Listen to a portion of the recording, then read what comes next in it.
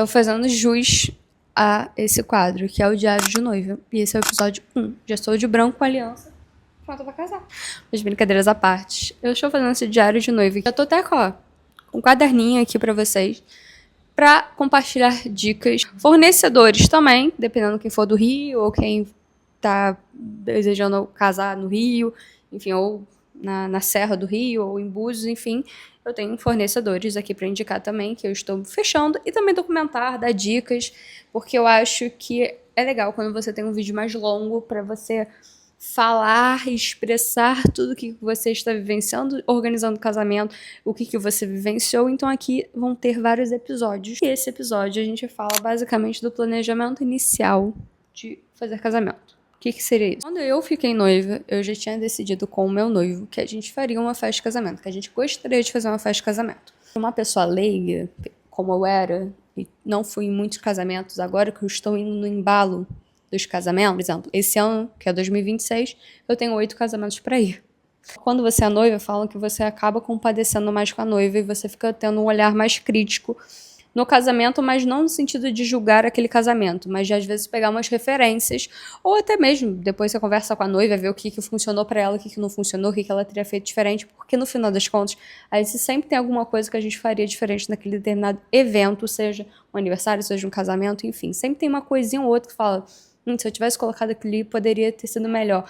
Ou não, tem gente que realmente acha maravilhoso até o fim, mas acho legal sempre pegar essas dicas com outras noivas pra ver até o que poderia servir pro seu casamento ou não. Então, pra uma pessoa leiga como eu achava que pelo menos em um ano a gente conseguia planejar o casamento. O que é super possível. Eu já tive amigas que planejaram casamento em 11 meses, já tive amigas que planejaram casamento em 2 anos, já tive pessoas que planejaram em 1 ano. Então, assim, pra mim era base 1 ano. Pra mim era isso. E acabou não sendo, porque quando a gente decidiu casar, a gente decidiu fazer uma festa de casamento, a gente queria que fosse um destination wedding, ou seja, principalmente pelo tempo, investimento e que somos 2 sagitarianos. A gente gosta de evento, a gente gosta de festa. Então a gente queria que fosse o final de semana do nosso casamento, que eu acho que a gente ia conseguir aproveitar muito mais e sentir frio na barriga, aquela ansiedade de estar no final de semana com seus amigos, familiares, no seu casamento. Na sexta-feira tem aquele pre-wedding, as pessoas estão chegando. No sábado ter realmente, oficialmente, o dia do casamento. E domingo você ter o pós daquele dia maravilhoso. Eu queria que fosse realmente o final de semana. Aqui no Rio eu já tinha algumas opções de locais que eu gostaria de casar. Tinha um lugar em específico que eu brilhava os olhos para ele. Nunca tinha ido casamento lá. Já algumas pessoas que eu já conhecia fizeram casamento lá, ou que meus convidados, né, ou madrinhas minhas, já foram em casamento lá e falaram que eram maravilhosos. Então eu já tinha um lugar em mente. Quando assim que eu fiquei noiva, eu decidi mandar uma mensagem despretensiosa só para saber o orçamento. Antes de definir cerimonialista, antes de definir quando a gente ia casar, nada. Eu só tinha mandado mensagem para 2 locais nesse destino que a gente vai casar. Um deles eu já tinha em mente que eu queria aquele local. Quando eu mandei mensagem, só para ter uma noção de orçamento, eu comecei a entender os valores. Tudo bem. Disponibilidade. Quando você tem disponibilidade para o próximo ano? Isso porque, olha, eu fiquei noiva dia 30 de agosto. Logo na primeira semana de setembro, eu já tinha mandado mensagem pro local para perguntar sobre disponibilidade para casar em 2026. Não tinha quase. A disponibilidade quase estava 0. Tinha uma data em outubro e acho que mais 3 em novembro. Eram só essas datas. E eu tava pensando em casar em setembro, porque é um mês que falam que agora virou setembro, o mês das noivas, né? Que normalmente é maio. Em setembro eu não tinha a disponibilidade que eu queria. Outubro era no final de outubro, não era nem no começo, pra você falar, tá bom, na primeira semana de outubro, é quase setembro. Não. Então, só tinha uma disponibilidade em outubro, final de outubro, porque um casal resolveu adiar. E ainda era dia 31, que é dia das bruxas. Então eu não gostei muito dessa data pra casar. E os outros 3 dias eram novembro. Novembro é um mês quente. E é um mês que acaba chovendo bastante. Você fica muito naquela, pode chover, pode não chover. E assim, sinceramente, para eu ficar na ansiedade de que se vai chover, se não vai chover, eu prefiro não casar naquele momento. Então a gente meio que desistiu, não ia casar em 2026. E o outro local tinha disponibilidade, né? Que eu falei que tinham 2 locais que eu entrei em contato. O outro tinha disponibilidade, só que meus olhos não brilharam para aquele local por certas limitações daquele local. Eu já sabia, eu fiz visita no local que eu queria e quando eu entrei lá, eu falei, é esse. Não tem a menor condição de não ser esse. Então, batemos o martelo, fechamos. Antes de ter cerimonialista, da data, a gente meio que definiu que seria 2027, porque não tinha disponibilidade mais para 2026. E a gente falou, pô, para que a pressa de fazer uma festa, já que a gente vai estar gastando dinheiro e tempo para fazer isso, e a gente ainda fica nessa ansiedade de que será que vai chover, será que não vai chover? Melhor adiar. Dezembro, janeiro, fevereiro são meses que a gente não estava afim de casar, porque muita gente viaja, tem carnaval, março e abril também. São meses que acabam chovendo bastante na região. Então, acabou por coincidência. Eu vou casar no mês das noivas, que é maio. Não era uma coisa que eu desejava, mas assim, era um meio termo. Também não ia casar no frio, não ia. Não. Eu detesto sentir frio, então era uma coisa que eu já estava fora de cogitação. Pra mim tem que ser um mês que é meio termo, assim. Também não é muito calor, ou que chove, ou é um mês ótimo. Eu comecei a ver o meu casamento baseado no lugar que eu já tinha noção que eu queria. Então foi meio que na pressão que eu decidi começar a pensar sobre montar o meu casamento. Foi justamente pela indisponibilidade de datas que o local tinha naquele ano. Então a gente ficou até, acho que eles já tinham fechado, sei lá, 50 casamentos, sei lá, 40, 50 casamentos naquele ano. E aí já 2027 já tinham 10 casamentos marcados, e principalmente pro mês de maio, né, é um mês mais concorrido pelas noivas. Então eu falei, cara, já vamos fechar o local e já vamos definir a data logo. Tô vendo que tá acelerado o negócio. A gente mandou mensagem, a gente negociou o preço, não sei o que, pum, pum. Fechamos o local maravilhosamente. Eu comecei a montar o meu casamento mais de 1 ano e meio, porque eu fechei o local mais ou menos em setembro. Realmente um tempo bem extenso, assim, para você pensar até a data do casamento. Em seguida, veio a minha cerimonialista. E a cerimonialista eu indico fielmente você pegar indicações com noivas que já contrataram o serviço daquela cerimonialista. Por quê?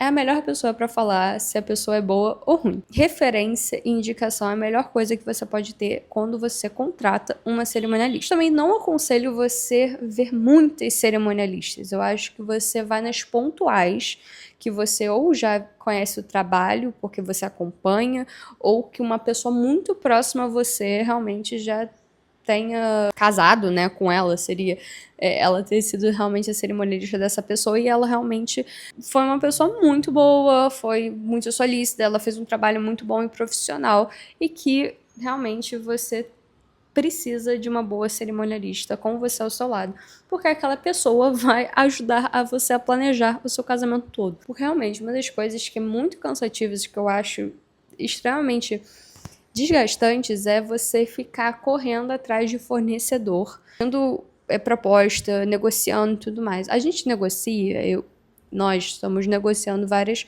fornecedores, mas essa questão de você ir atrás de propostas e tudo mais, realmente eu deixo tudo isso com a cerimonialista. Então assim, ela já me vem tudo mastigado, pronto. Então a questão de decidir qual eu vou optar é minha, basicamente. Então ela até fala, olha, tem como vocês marcarem uma reunião com esses fornecedores ou serviços, enfim. E é maravilhoso. Aí eu falo, olha, eu posso tal data. Ela entra em contato com o fornecedor e fala, você está em disponibilidade para fazer uma reunião com a Mariana e o Fred tal data?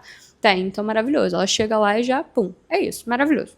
Você não fica indo muito atrás, mandando mensagem, essas coisas, que às vezes é desgastante nessa parte de casamento. Eu não vou me estender muito, porque eu acho que eu quero falar mais sobre em outros episódios. E a minha outra dica é, quando você decide o local e a sua data, você dá uma relaxada. Que eu acho que você já tem o principal, basicamente. Aí você só tem que enfiar as coisas naquela área, vamos dizer, naquele local. Eu dei uma relaxada quando, assim que eu fechei a minha data e eu fechei meu local, eu fiquei mais tranquila para ver as coisas com calma. Ainda mais que eu tinha muito tempo para resolver o meu casamento. Ainda defini ano passado, que seria 2025, o local e minha cerimonialista foi assim, exatamente o que eu falei. Indicações, pedi indicações de noivas, fiz 3 reuniões com 3 cerimonialistas diferentes, recomendadas, só que é aquilo, a energia tem que bater. Eu acho que a energia tem que bater com a sua cerimonialista, então foi exatamente o motivo que eu escolhi a Carol, da Só de Tule. Ela vai ser minha cerimonialista e me ajudar a preparar e organizar todo esse casamento comigo. Foi muito legal, a energia bateu muito, eu adoro pessoa animada e assim, a gente, como eu já falei, somos 2 sagitarianos, somos pessoas animadas.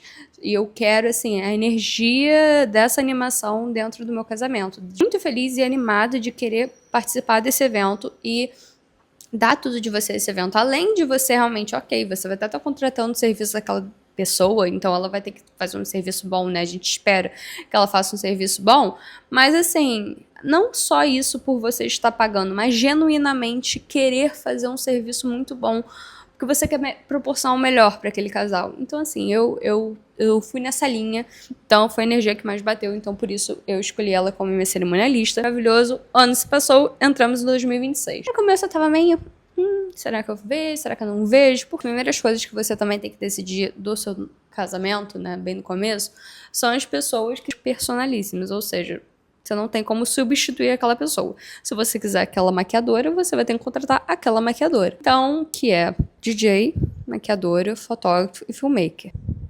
4 pessoas que você tem que já dando uma olhada, então eu resolvi já começar a ver. A gente já e, dando spoiler, eu já fechei meu DJ, porque ele pra mim é o terceiro mais importante da festa. Por quê? A energia de um casamento se dá pela energia dos noivos e a energia do DJ. E é isso. Você pode ter a melhor decoração, você pode ter o melhor buffet, você pode ter o melhor vestido e tudo mais. Se a energia com seu noivo não for maravilhosa e for o motivo de vocês estarem comemorando essa celebração com seus amigos e familiares, o pessoal tá lá por um motivo, né, gente? Que é basicamente vocês. Então, assim, é maravilhoso com o nosso DJ.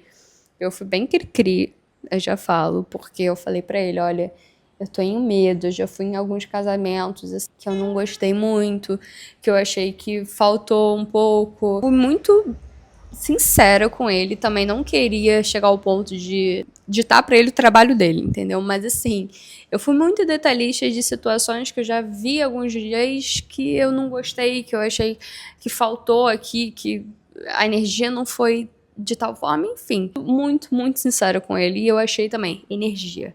É energia. Cara, se a pessoa tá animada com você, ela vai trazer animação. E eu acho que quando você é uma pessoa muito detalhista em certas coisas e que você dá valor pra música, por exemplo, eu dou muito valor pra música, eu amo música e eu falei, eu quero uma energia do começo ao fim, meu amor. Estar tão animada e tão feliz e querendo dançar tanto que eu esqueço de pegar uma água, entendeu? De eu não querer sair da pista de dança. Eu quero essa energia, meu senhor. Aí ele falou, tudo bem. Eu falei, ótimo. Então a gente tá conectado ainda. Já já a gente volta a falar, daqui a alguns meses a gente volta a falar. Tem esses outros fornecedores, né, que eu resolvi pedindo para ela no começo desse ano, ainda só pra gente começar a dar uma lapidada, né? Começar a olhar o que faz sentido, o que não faz sentido, tanto de valores, né?